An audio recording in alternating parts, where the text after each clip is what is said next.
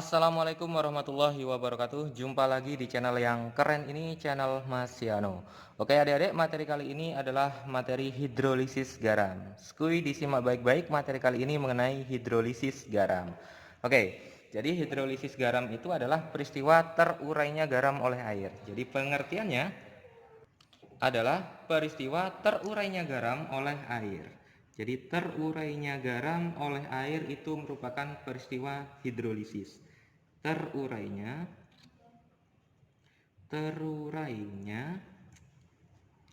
garam oleh air. Garam oleh air.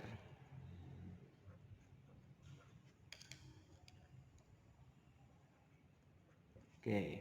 Nah, ada 4 jenis garam yang perlu kita ketahui pada hidrolisis garam ini. Garam yang pertama adalah garam yang berasal dari asam kuat dan basa kuat. Oke, kita akan membahas dari garam yang pertama, jenis garam yang pertama, yaitu garam yang berasal dari asam kuat dan basa kuat. Garam yang berasal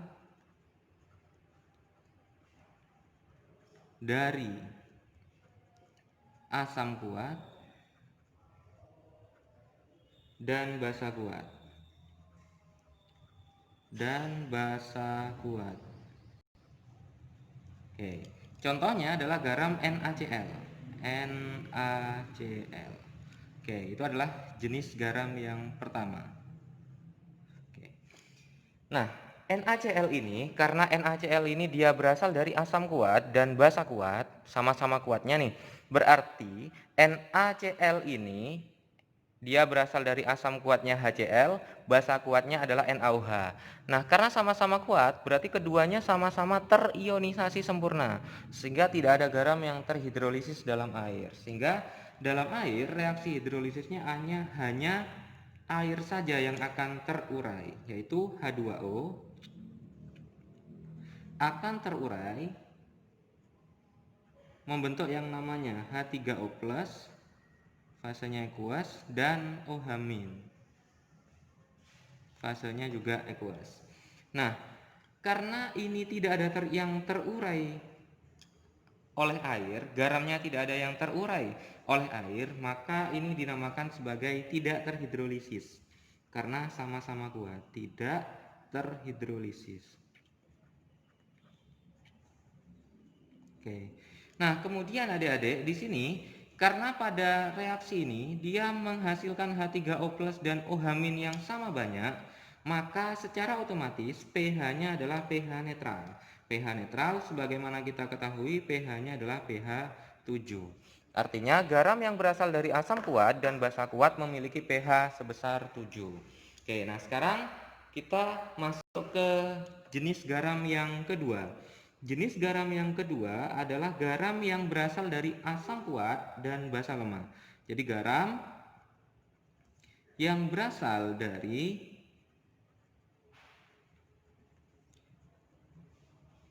asam kuat dan basa lemah. Asam kuat dan basa lemah. Oke, contoh garam yang berasal dari asam kuat dan basa lemah adalah NH4Cl. NH4Cl. NH4Cl dia terbentuk dari basa lemah NH4OH dan asam kuat HCl. Nah, di sini karena dia terbentuk dari basa lemah NH4OH, maka NH4OH dia terionisasi sebagian karena dia memiliki harga alfa antara 0 sampai 1. Karena dia memiliki harga alfa 0 sampai 1, maka secara otomatis NH4OH terionisasi sebagian. Yang sebagian dia terionisasi, maka yang sebagian lagi dia akan terhidrolisis dalam air. Sehingga NH4+ dia akan terhidrolisis dalam air.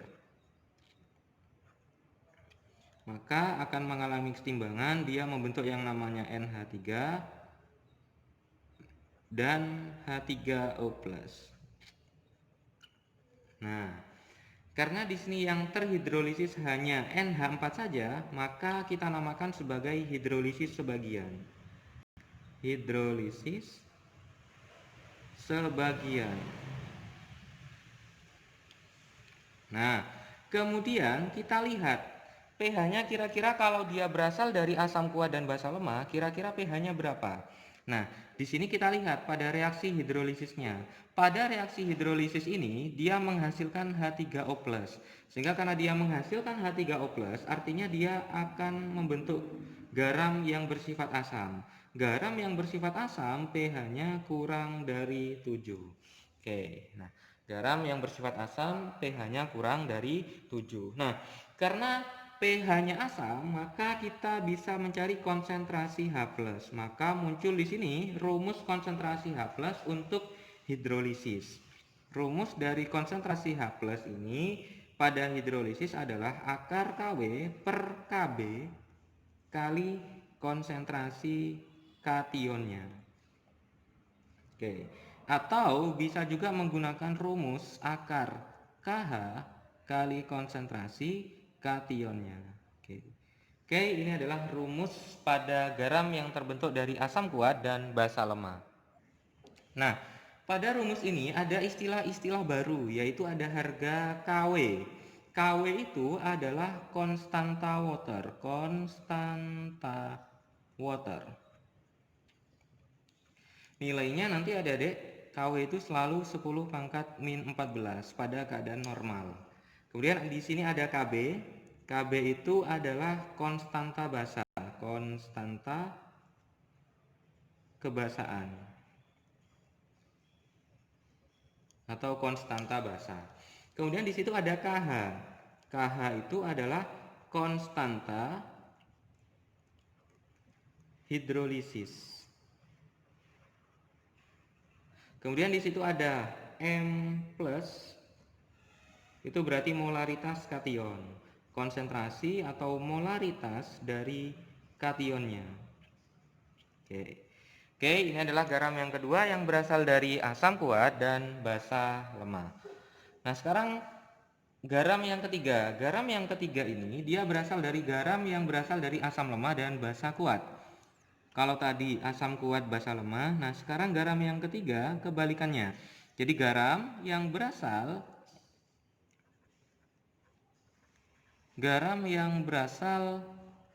dari asam lemah dan basa kuat. Apa contoh garam yang berasal dari asam lemah dan basa kuat ini? Contohnya adalah CH3COONA. CH3COONA. Oke. Ini adalah garam yang ketiga, Adik-adik. Nah, garam yang ketiga ini dia berasal dari asam lemah dan basa kuat, sehingga karena yang lemah di sini adalah CH3COOH, asam lemah, maka dia terionisasi sebagian. Artinya yang sebagian dia terionisasi, yang sebagian lagi nanti akan terhidrolisis dalam air. Sehingga CH3COO- ini nanti akan terhidrolisis dalam air, dalam H2O. Mengalami kesetimbangan, dia akan membentuk yang namanya CH3COOH. Fasenya adalah aqueous plus OH-. Oke. Nah, kemudian sama halnya pada garam yang kedua, karena di sini yang terhidrolisis hanya asamnya saja, asamnya lemah, maka dinamakan sebagai hidrolisis sebagian. Hidrolisis sebagian. Kemudian kita hitung pH-nya. Kok kita hitung? Apa namanya? Kita harus mengidentifikasi pH-nya. Pada reaksi ini, reaksinya menghasilkan konsentrasi OH-. Sebagaimana kita ketahui, kalau menghasilkan konsentrasi OH-, maka pH-nya adalah pH basa. pH basa lebih besar dari 7. Karena pH basa berarti kita bisa mencari konsentrasi OH- untuk hidrolisis. Rumusnya adalah akar KW per Ka kali konsentrasi A-. Oke. Atau bisa menggunakan rumus akar KH kali konsentrasi A-. Oke. Nah, di sini ada istilah baru. Kalau KW tadi konstanta water ya, nilainya 10 pangkat min 14, ada istilah Ka. Ka itu adalah konstanta keasaman. Oke, kemudian ada amin. Amin itu adalah molaritas anion. Molaritas dari anion. Oke, nah kemudian kita masuk ke garam yang terakhir adik-adik. Jadi garam yang terakhir ini adalah garam yang berasal dari asam lemah dan basa lemah. Garam yang berasal dari asam lemah dan basa lemah Oke. Contohnya apa? Garam yang berasal dari asam lemah dan basa lemah ini, contohnya adalah CH3COONH4. Oke. Garam yang terakhir adalah garam yang berasal dari asam lemah dan basa lemah. Nah, sekarang bagaimana reaksi hidrolisisnya? Reaksi hidrolisisnya karena keduanya sama-sama lemah, berarti keduanya sama-sama terionisasi sebagian. Karena sama-sama terionisasi sebagian, maka CH3COO- dan NH4+ ini akan terhidrolisis dalam air. Maka nanti akan membentuk yang namanya CH3COOH plus NH3 plus H3O plus dan OH-. Oke. Nah, di sini karena sama-sama terhidrolisis, baik itu asam, baik itu basa, maka dinamakan sebagai hidrolisis total atau hidrolisis sempurna. Oke. Nah, di sini adik-adik, kita akan mengidentifikasi kira-kira pH-nya berapa. pH-nya di sini karena di sini mengandung H3O+ dan OH- pada hasil reaksinya, maka pH-nya berdasarkan pada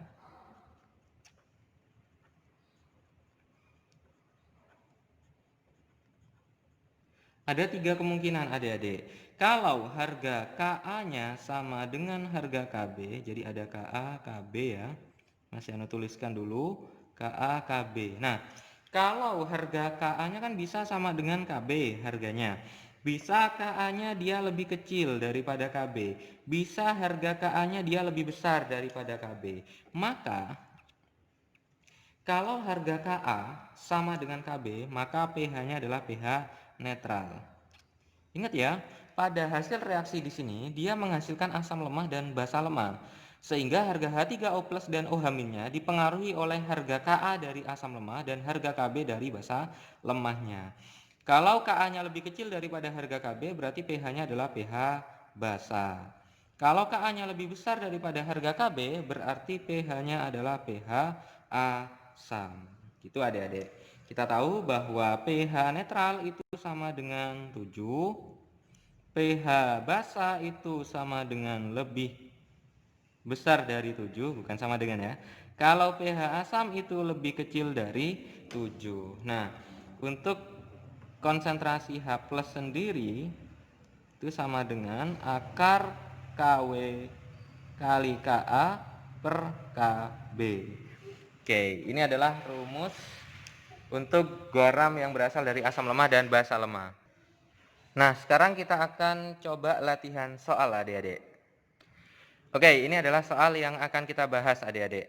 Jadi soalnya adalah jika 200 ml NH4OH 0,8 molar direaksikan dengan 200 ml HCl 0,8 molar, di mana Kb dari NH4OH adalah 10⁻⁵, maka pH campuran setelah reaksi adalah berapa kira-kira? Oke, adik-adik coba adik-adik bisa mengerjakan soal ini terlebih dahulu, kemudian kita cocokkan hasilnya nanti. Oke, sudah ya. Nah, caranya untuk menjawab soal ini, karena soal ini dia mengandung asam kuat, HCl itu asam kuat, dan basa lemah NH4OH, maka di sini kalian harus menuliskan reaksinya terlebih dahulu. Jadi HCl direaksikan dengan NH4OH, maka di sini akan mengalami keseimbangan membentuk yang namanya NH4Cl plus H2O. Kemudian setelah dituliskan reaksinya, baru kemudian dituliskan mula-mula reaksi dan sisa. Oke. Nah, mula-mula di sini harga mol dari HCl adalah berapa kira-kira HCl molnya ya? Ini 200 0,8. Mol itu adik-adik dihitung dari konsentrasi dikali volume. Berarti 0,8 kali 200. Berapa adik-adik? 160. Artinya ini adalah 160. Karena mililiter berarti ini masih anu tuliskan milimol. NH4OH-nya 200 kali 0,8 sama 160. Nah, kemudian siapa di sini yang berperan sebagai pereaksi pembatas? Karena di sini nilainya sama dan koefisiennya sama, dengan sudah setara reaksinya, maka yang bereaksi juga sama 160. Sama-sama 160. Sehingga di sini habis, di sini habis, di sini sisa 160 milimol, di sini juga sisa 160 milimol. Nah, adik-adik, karena di sini menghasilkan garam, yang bersisa di sini adalah garam dan air, maka kalau yang sisa ini adalah garam dan air, maka reaksi ini adalah reaksi hidrolisis. Nah, sekarang karena ini hidrolisis, maka kita harus tahu hidrolisis asam atau hidrolisis basa. Garamnya itu loh bersifat asam atau bersifat basa. Nah, cara mengidentifikasi apakah hidrolisis atau garamnya ini bersifat asam atau basa, kita coba cek asamnya. HCl tadi merupakan asam kuat. NH4OH merupakan basa lemah. Triknya adik-adik, kalau dia berasal dari asam kuat dan basa lemah, maka garamnya dia akan bersifat asam, karena yang kuat adalah yang asam. Kalau berasal dari basa kuat dan asam lemah, maka pH-nya adalah pH basa. Lihat aja yang kuat apa, maka pH-nya adalah seperti yang kuat. Kalau yang kuat asam berarti pH asam, kalau yang kuat basa berarti pH basa. Kalau sama-sama kuat berarti nanti pH-nya netral, tapi kalau sama-sama lemah harga pH-nya bergantung harga Ka dan Kb. Oke, langsung saja di sini karena kita akan mencari konsentrasi H+, maka kita akan menggunakan rumus hidrolisis konsentrasi H+. Akar Kw per Kb kali konsentrasi M+. Oke. Nah, sekarang kita belum tahu konsentrasi M plusnya itu berapa adik-adik. KW-nya kan sudah tahu, ya harus hafal ya, 10 pangkat min 14. KB-nya sudah ada 10 pangkat min 5. Sekarang kita akan menghitung harga M plusnya atau molaritas kationnya. Harga M plus itu adalah mol per volume total. Mol per volume total. Nah, molnya itu adalah mol garam yang dihasilkan. Mol garam yang dihasilkan di sini adalah 160 milimol. Berarti 160 per volume total. 200 tambah 200. Karena ini milimol ya, 160 ini milimol bukan mol, maka ini tetap dijadikan mililiter saja, tidak apa-apa. Tidak perlu dirubah ke dalam bentuk liter. Berarti 200 tambah 200 sama dengan 400. Berarti 160 bagi 400 sama dengan 0,4 molar. Nah, baru kemudian kita masukkan ke rumus. Kita masukkan ke rumus KW-nya 10 pangkat min 14, KB-nya 10 pangkat min 5, molaritas kationnya adalah 0,4 atau masih anu tuliskan gini biar enak. 4 kali 10 pangkat min 1. Oke, berarti sama dengan akar dari 4 kali 10 pangkat min 14 kali 10 pangkat min 1, 10 pangkat min 15 ya, dibagi 10 pangkat min 5, berarti 10 pangkat min 10. Oke, berarti sama dengan akar 4 itu 2 kali 10 pangkat min 5. Sehingga harga pH-nya adik-adik sama dengan 5-nya turun, 5 min log 2. pH dari jawabannya, pH-nya adalah 5 min log 2. Oke, cukup mudah sekali adik-adik untuk menjawab soal-soal yang berhubungan dengan hidrolisis ini. Oke adik-adik, sekian pembahasan video kali ini mengenai hidrolisis garam. Jika adik-adik ada yang ingin ditanyakan dari video ini, silakan adik-adik bisa menanyakan pada kolom komentar. Dan jika adik-adik suka video ini, jangan lupa untuk di like, subscribe, comment, and share videonya. Agar tidak ketinggalan video-video terbaru dari Mas Siano. Oke, Mas Yano akhiri. Wassalamualaikum warahmatullahi wabarakatuh.